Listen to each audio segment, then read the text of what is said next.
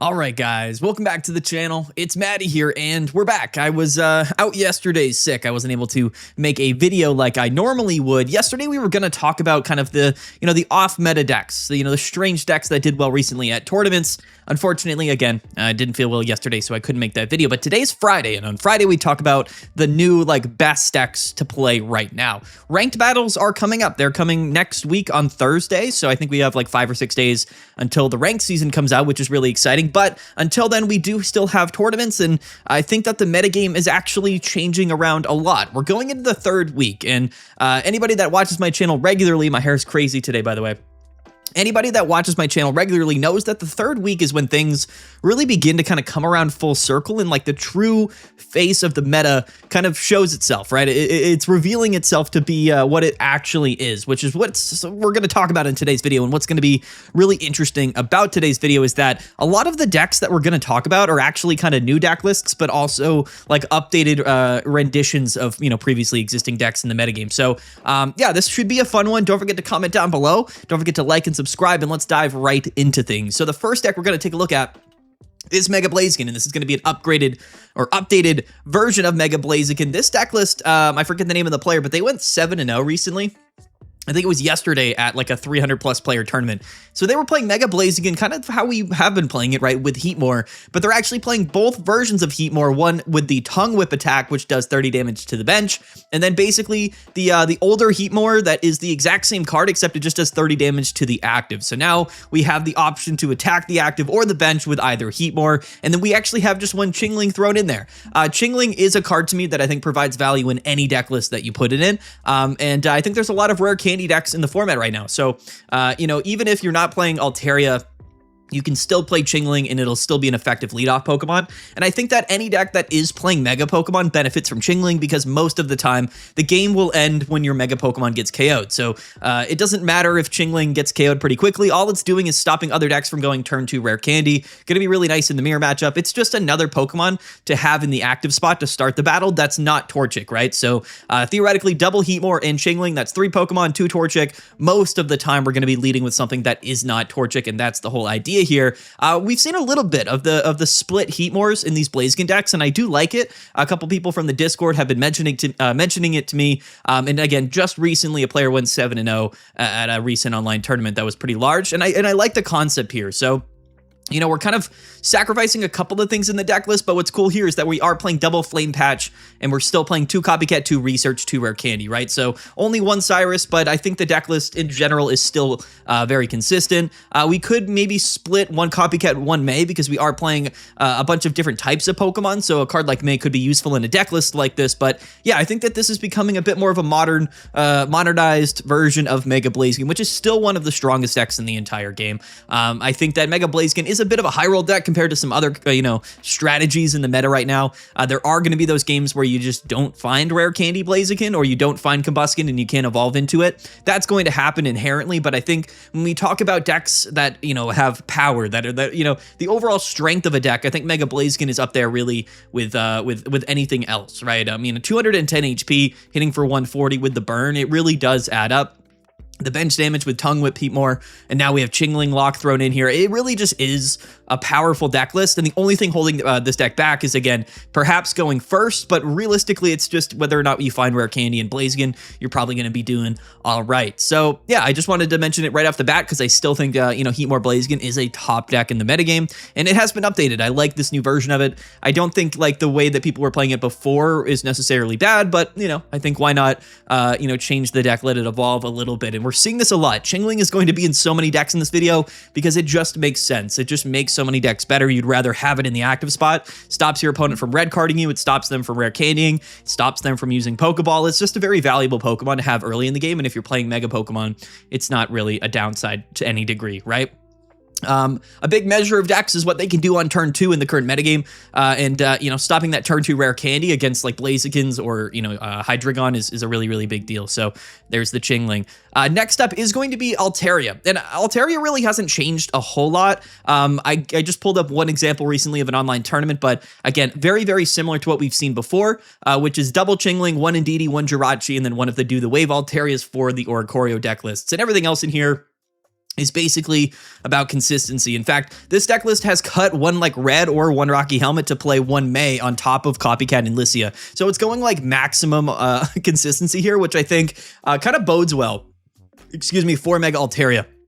I think the benefit here is that we're not playing Rare Candy in Altaria, so you're just going to be inherently more consistent. And I think that that's enough of a reason to play Mega Altaria in this particular way.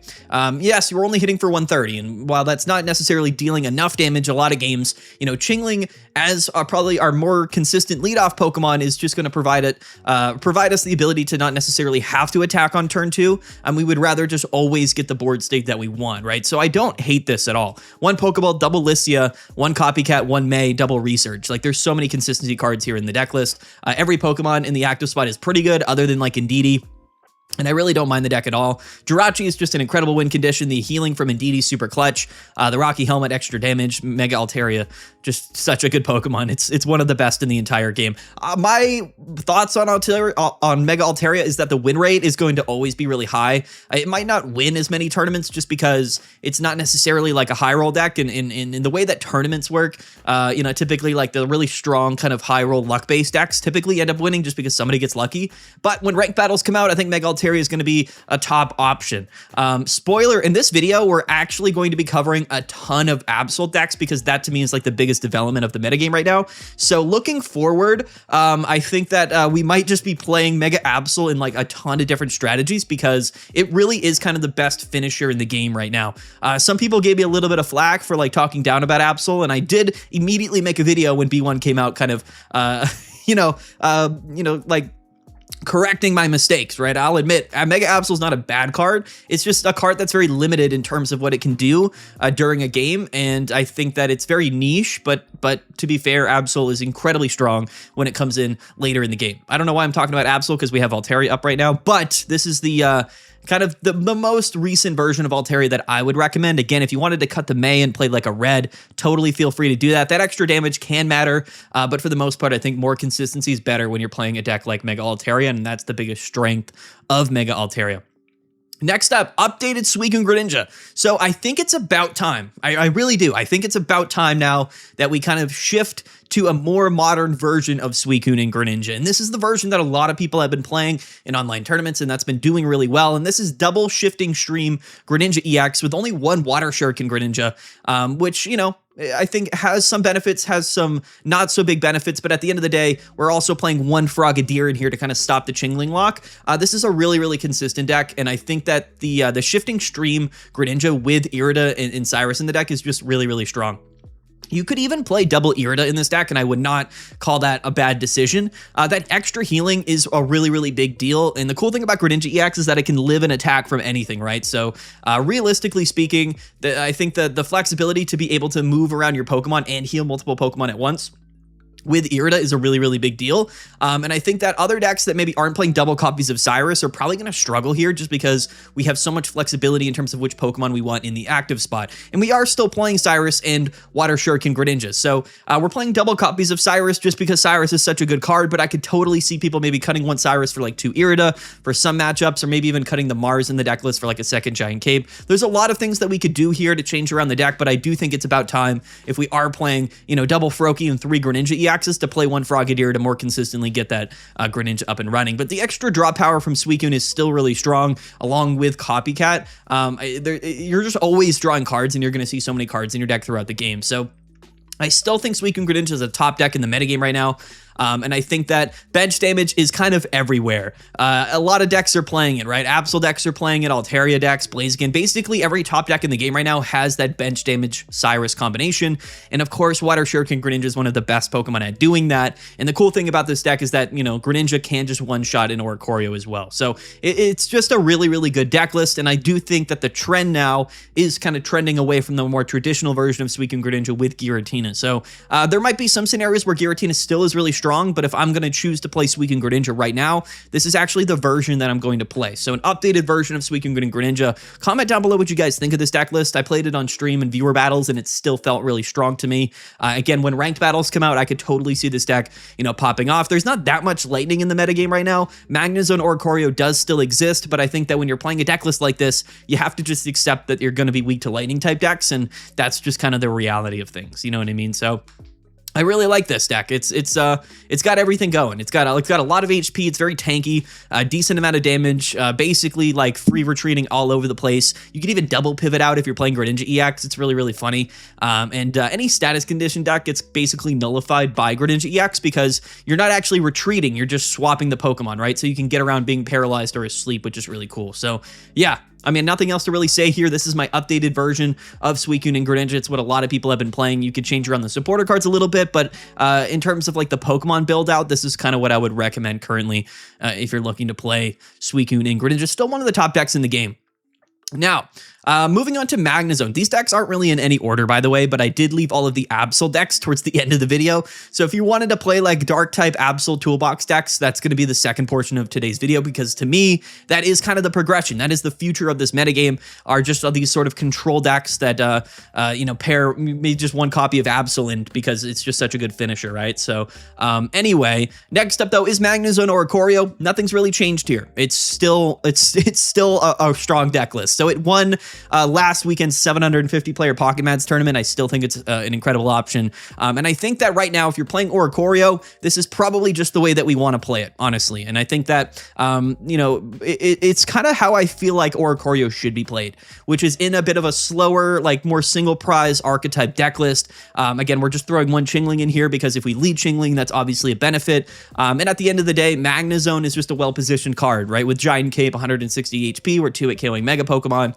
It's just a good deck list, right? So it's not my favorite. Like for tournaments, this could always pop off and win, especially if it hits, you know, particular matchups in, you know, a top cut bracket. But when ranked comes out, this is probably not something that I'm going to be that interested in playing, just because of how long the games typically go, and Oricorio being, you know, not to me the most efficient strategy when it comes to grinding out ranked battles. But again, ranked isn't out right now. We're talking about tournament play, and I still think that Oricorio Magnezone is a top player right now.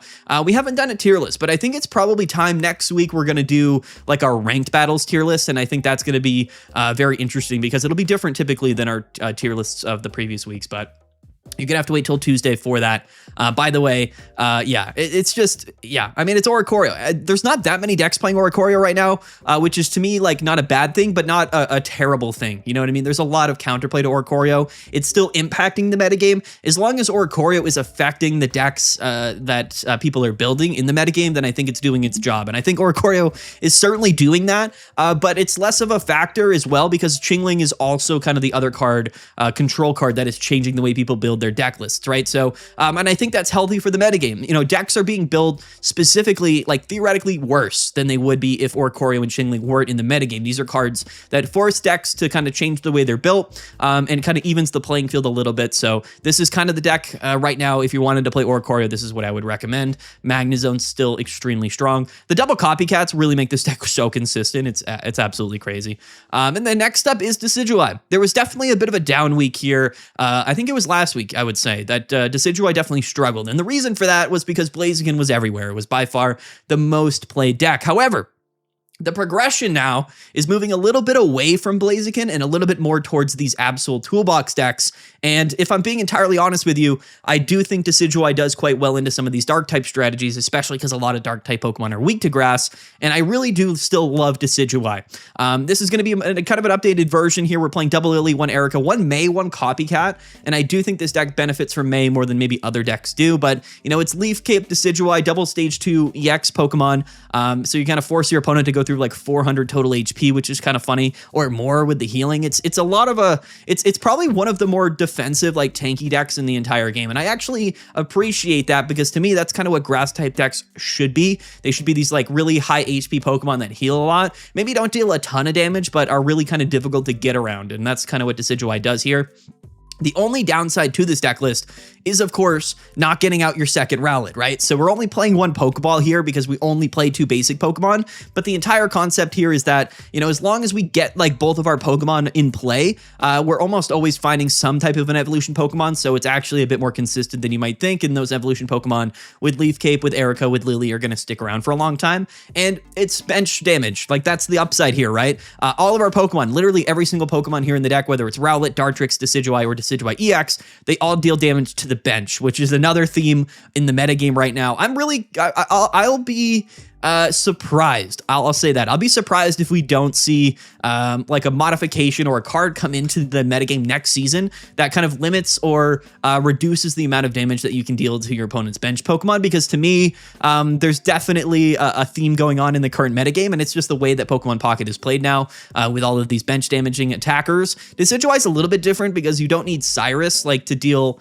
the majority of the damage. Like Decidueye and Decidueye EX can both deal 100 or 70 damage to the bench, which is unique, right, with Decidueye. It's still bench damage, but you don't need Cyrus to bring it up and then hit it with like a big Pokemon in the active. So that's sort of the unique thing about Decidueye, but yeah, no, I think the way that the metagame is progressing right now, I'm still confident in Decidueye in recent online tournaments, and I think this weekend it'll perform pretty well, just because I think Absol is becoming a little bit more common than Blaziken is in terms of, you know, which decks are seeing play in the metagame. So I would still definitely recommend Decidueye. It's got to be like a top 10 deck for sure. We're covering 10 decks today, but I've left basically the first 5 decks to be non-Absol decks, and then the latter half of this video, which we're going to do right now, are going to be all of these sort of new or varying Absol archetypes, because there's so many of them, and I think that that's the biggest progression. I said that earlier. That is the biggest thing right now going into this 3rd, 4th week. Like, these Absol dark type toolbox decks really are kind of at the forefront of the metagame, and I think there's so many of them that are all really strong. We have to spend some time talking about them, so that's what the second half of this video is going to be. But before we get into that, go ahead and register for the Pocketmats Pocket Tournament number 9. It is tomorrow at noon Eastern time. It's going to be a whole lot of fun. I just hit my microphone. We have almost 400 people already registered. It's the last tournament before ranked season comes out. I know it's like holiday season coming up, so it might be tough to play, but I would heavily recommend it. We're going to be live streaming it Saturday and Sunday on the YouTube channel, so it's going to be a ton of fun. Definitely go and register. Link down in the description below. All right, let's get into the Absol decks. I have 5 different dark type Absol toolbox type deck lists to take a look at, because I think that they're all really, really good. We're not going to have like a weekly wild card, but I guess, like, to be fair, the last 5 decks of this video are all kind of wild card decks. So keep that in mind. Maybe we'll have like one wild card deck here. I don't know if I would necessarily call it a wild card deck, but we'll talk about it later for sure. Next up, though, is going to be probably the most common version of Absol, which is just Hydreigon. And it's really not an Absol deck, it's Chingling Hydreigon. But we just throw one Mega Absol in this deck list because that's what we do with Mega Absol. We just throw like one copy of it into the deck list, and then at the end of the game, we go into it, and it just sort of finishes the game because it can live an attack, discard supporter cards, get rid of Cyruses and whatnot, and then 2-hit KO most Pokemon. And I think it works really well in a variety of strategies. Hydreigon, to me, is sort of that premier dark type pairing for Mega Absol still, and we're playing Chingling because Chingling's broken. So again, this isn't anything, you know, new. This is a very standard version of, you know, these sort of Hydreigon Absol deck lists, but it's still very, very good. To me, it's like dark type high roll. Hydreigon's broken. I don't know if people fully understand how insane Hydreigon really can be. It's not the most consistent thing in the world, for sure. Just like, you know, Mega Blaziken, because it is a stage 2 Pokemon, but it has the ability to attack on its second turn, regardless of whether you go first or second, which is not something you can say about really anything, right? So going first, turn 2, rare candy, 130 damage, there's not a whole lot we're really doing about that. You know what I mean? Like, we're kind of just going to win the game if that happens. Double Rocky Helmet for some extra damage modification, Chingling for the item lock, double Copycat, double Research, and even a PCL in here to heal it back up because, you know, after we roar in unison, we do that on our turn, so we can actually heal back up to 150 and then attack, and sometimes that extra healing really does matter when you're playing Hydreigon. So yeah, I'm still really high on this deck list. If it ever like wins tournaments, we shouldn't be surprised just because of the overall strength of Hydreigon and its ability to be a stage 1 Pokemon, a single prize Pokemon that can hit for 130 on your second turn. It really is sort of the new era Rampardos. It's like the more modern version of Rampardos, and it's better in a lot of ways. So yeah, I mean, again, nothing too crazy here. It's still Hydreigon, still a really, really strong deck list, and I would still recommend it. Next up, though, we're going to cover some other variations of Absol. This is going to be quad Absol with one Chingling and one Darkrai EX. So I think that the leap over Absol and Double Cyrus does bode pretty well in this particular deck's combination. And I think that we're going to see a lot of this in the metagame. In last weekend's tournament, it was actually an quad Absol deck with leap over that made it to grand finals. And it's just a strong strategy. So many other decks are doing this. Like Heatmore does the same thing. Rowlet and Dartrix do the same thing. Jirachi does the same thing. Like, these are just Pokemon that can just hit the bench, and they can get around Oricorio, which is really nice, but at the same time, they just set up KOs for Cyrus later in the game. And it's kind of created this really interesting dynamic when you're playing deck lists of like, do I bench my Mega Pokemon? Because if I do, like, they might just take damage and then get Cyrused up and KO'd, and then I lose the game, right? So you have to play the game in an interesting way. The other thing that we're doing here is just like pairing this with Darkrai. So Darkrai is still a very, very good Pokemon. Later in the game, there's going to be times where there's nothing really to attach to. Our Mega Absol has energies. Leap over Absol only takes one energy. Chingling doesn't take any. So there's definitely opportunities to attach more energies later in the game. So why not just have a Darkrai to extend some of that damage? It brings Absol up to 100 damage per turn. Darkrai plus Rocky Helmet plus Mega Absol is 120 per turn. So we are allowing ourselves to 2 at KO, even like a full HP Mega Blaziken. So that's kind of the concept here.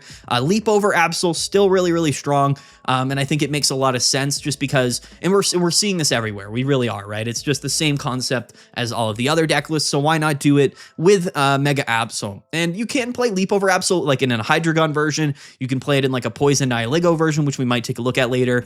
Or you can play it like this, which is like with Chingling and Darkrai, right? So there's so many different variations. I think the Dark type is inherently broken because you can pair Chingling into any of these deck lists, but we have Leap over Absol, we have Darkrai, we have the Nihilego Poison package, we have Hydreigon. There's a lot of strong like front end builds for these Mega Absol deck lists, and it really just kind of depends on which one you want to play, right?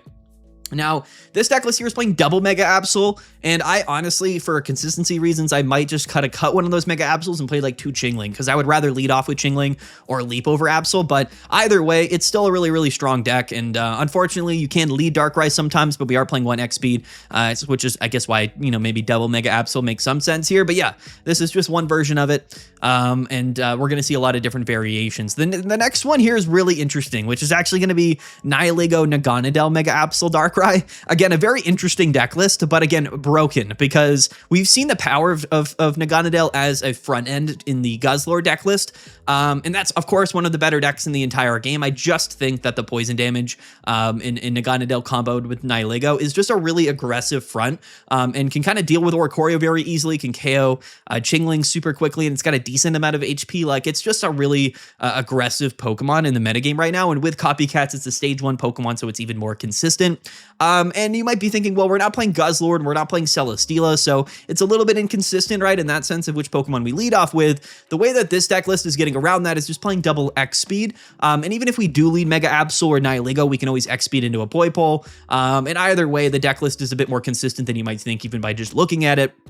But this extra poison damage makes a lot of sense. So we've seen decks like this before. They were playing like Chingling and Nihilego, and they weren't necessarily dealing as much damage, but you weren't playing like the whole Naganadel package. I think that the poison stuff makes a ton of sense with Mega Absol for the same reasons that, all of the other Absol decks make sense. It's like just Mega Absol doesn't deal enough damage. So we have to play a bunch of cards with it that can kind of supplement that extra damage and allow Mega Absol to take actual KOs while it's discarding cards, right? The effect of the attack is really strong. Nobody's debating that. The issue with Mega Absol was always that it didn't deal enough damage in most matchups, right? So what we had to do was just sort of pair something else with it that could deal that damage, and the poison variation here with Nihilego really does help. You can poison barb a Mega Absol, so even when you go into Mega Absol and you hit for 80, if they attack you back, and again, they're not 1-hit KOing you, so if they attack you back, they're taking 20 or 30 damage from poison, and they're actually going to be taking it twice. So it really adds up, and it allows Mega Absol to take a lot more KOs. Plus the Darkrai pings. This is sort of the same exact deck as what we just took a look at, but instead of Leap over Absol, it's going to be the Naganadel Nihilego package. And again, I think that all pairs pretty well with Absol. So I wanted to highlight this version as well. These are all versions that are doing really good. And then here's like a combo of all of them, like of the last couple of decks. So we're playing Nihilego and Leap over Absol with Poison Barb. In fact, I actually kind of like this the most, but we are still playing X Speed. So you can kind of see the theme here. You can see the theme of the type of decks that we're kind of starting to see. Absol really is kind of taking over from a meta share perspective when you add up all of the variants. And again, I think the reason for that is that it's just, there's so many broken Pokemon to pair with it. You know what I mean? I think that Dark type just has way more options than other people maybe anticipated. So I think that Absol will benefit, but also with the opposite, it'll have the opposite of a benefit from so many different versions of Absol seeing more and more play now. So because Absol really is a super flexible card, as long as you're pairing it with like Chingling / Dark type Pokemon, the possibilities really are endless. So we're going to see an interesting thing here, kind of what we saw with Mega Altaria early on in the season, where there were so many different versions of the deck list. It was hard to quantify like what the best version is. We might be seeing that for the next couple of weeks for Mega Absol, but again, I think that's healthy for the metagame and how much variety we're actually seeing in these Dark type decks. So here's a bunch of different variations of sort of Mega Absol. We have Hydreigon, we've got Leap over Absol, we have Nihilego, we have Naganadel, and everything in between. So however you want to combo this deck list and pair it with whatever you want, these are kind of all of the different options. Again, these are all decks that have done really well recently in online tournaments. So there is some proof of concept here. These aren't just sort of random combos. These are all versions of Absol that have been doing really well. And that's, again, I think the biggest progression this week and going into the sort of 3rd to 4th week of the metagame is these sort of Absol combo decks are kind of everywhere.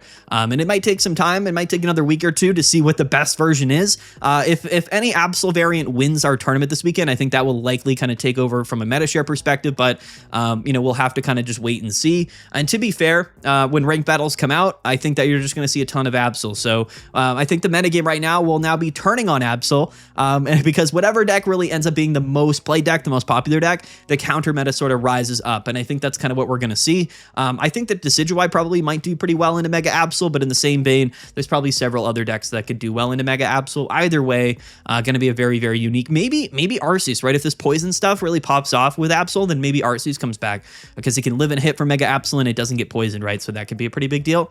Either way, here you go. Lastly, and I guess we'll call this like our weekly wild card. I guess we'll call this our weekly wild card because to me, this is actually a really big deal because we've talked about all of these different Absol decks and we were talking about all of these different Dark type Pokemon you can pair with Absol. But what's funny to me is maybe the most popular new version of Absol or an Absol deck is actually going to be Greninja. And it kind of makes sense. Again, like literally, why not, right? The same deck as Hydreigon, Absol, and Chingling. It's the exact same deck except now we're playing Greninja.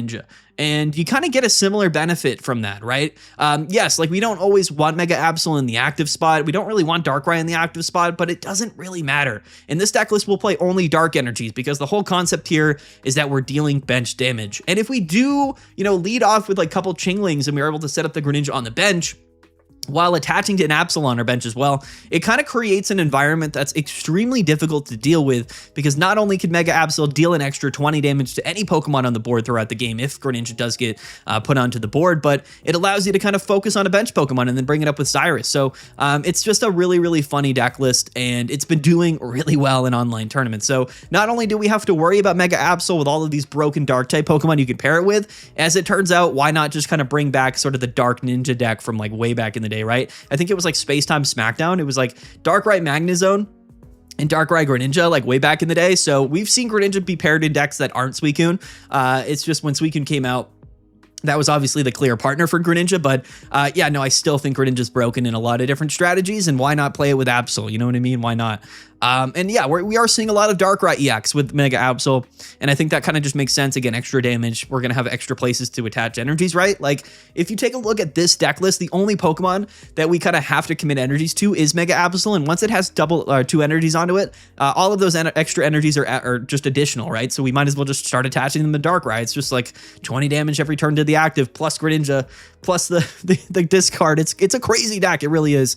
Again, also a bit of a high roll deck, but that's what Mega Absol kind of is turning into right now, are some of these mostly these kind of high roll control archetypes, which are really annoying to deal with if they do kind of come online early and if they get sort of the Pokemon that they want in the active spot. So to me, this might be the most toxic deck I've ever seen, but you know what? That's what Mega Absol does best. So So yeah, and again, I've spoke about it time and time again. I don't think Mega Absol is like that strong of a card. It's just an incredibly strong Pokemon to finish the game.